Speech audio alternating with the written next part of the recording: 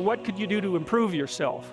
Well, let's step one step backwards. The first question might be, why should you even bother improving yourself? And I think the answer to that is something like, so you don't suffer any more stupidly than you have to. And maybe so others don't have to either. It's something like that. You know, like there's a real injunction at the bottom of it. It's not some casual self-help doctrine. It's that if you don't organize yourself properly, you'll pay for it, and in a big way, and so will the people around you. Now, and you could say, well, I don't care about that, but that's actually not true. You actually do care about that, because if you're in pain, you will care about it. And so you do care about it, even if it's just that negative way, you know. It's very rare that you can find someone who's in excruciating pain who would ever say, well, it would be no better if I was out of this. Sort of pain is one of those things that brings the idea that it would be better if it didn't exist along with it. It's incontrovertible. So you get your act together so that there isn't any more stupid pain around you than necessary. Well, so then the question might be, well, how would you go about getting your act together? And the answer to that, and this is a phenomenological idea too, it's something like, look around for something that bothers you and see if you can fix it.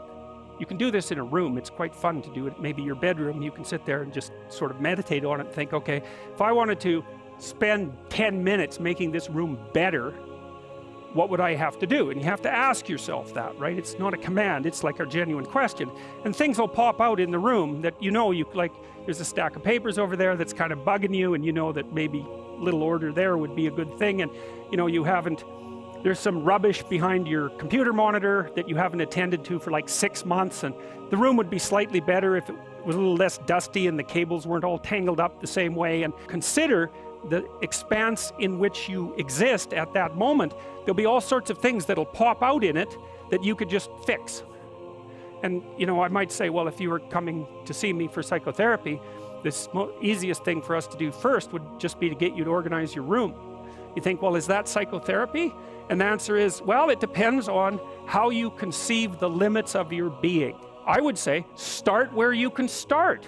You know, if something announces itself to you, which is a strange way of thinking about it, as in need of repair, that you could repair, then hey, fix it. You fix 100 things like that, your life will be a lot different. Now, I often tell people too, fix the things you repeat every day, because people tend to think of those as trivial, right? You get up, you brush your teeth, you have your breakfast, you know, you have your routines that you go through every day. Well, those probably constitute 50% of your life.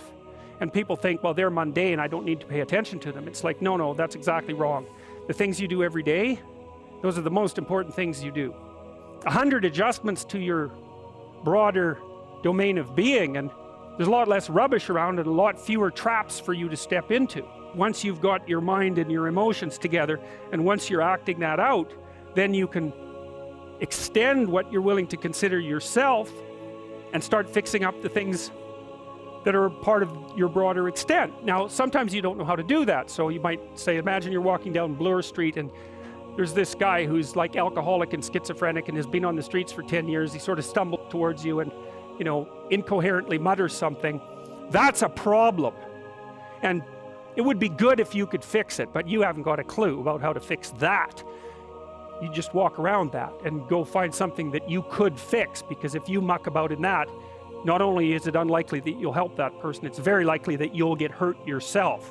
So, you know, just because while you're experiencing things announce themselves as in need of repair, doesn't mean that it's you right then and there that should repair them. You have to have some humility. You know, you don't walk up to a helicopter that isn't working and just start tinkering away with it. You have to stay within your domain of competence. But most of the time, if people look at their lives, you know, it's a very interesting thing to do. I like the idea of the room, because you can do that at the drop of a hat. You know, you go back to where you live and sit down and think, okay, I'm going to make this place better for half an hour. What should I do? And you have to ask, and things will just pop up like mad. And it's partly because your mind is a very strange thing. As soon as you give it a name, a genuine aim, it'll reconfigure the world in keeping with that aim. That's actually how you see to begin with. And so if you set it a task, especially, you have to be genuine about it, which is why you have to bring your thoughts and emotions together, and then you have to get them in your body so you're acting consistently. You have to be genuine about the aim, but once you aim, the world will reconfigure itself around that aim, which is very strange, and it's technically true. You know, the best example of that, you have all seen this video where you watch the basketballs being tossed back and forth between members of the white team versus the black team, and while you're doing that, a gorilla walks up into the middle of the video and you don't see it. It's like, you know, if you thought about that experiment for about 5 years, that would be about the right amount of time to spend thinking about it, because what it shows you is that you see what you aim at. And that, man, if you can get one thing through your head as a consequence of even being in university, that would be a good one. You see what you aim at. And so, because one inference you might draw from that is, be careful what you aim at, right?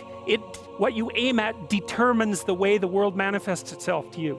And so if the world is manifesting itself in a very negative way, one thing to ask is, are you aiming at the right thing? Now, you know, I'm not trying to reduce everybody's problems to an improper aim. People get cut off at the knees for all sorts of reasons. You know, they get sick, they have accidents.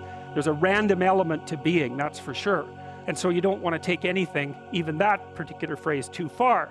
You want to bind it with the fact that random things do happen to people, but it's still a great thing to ask.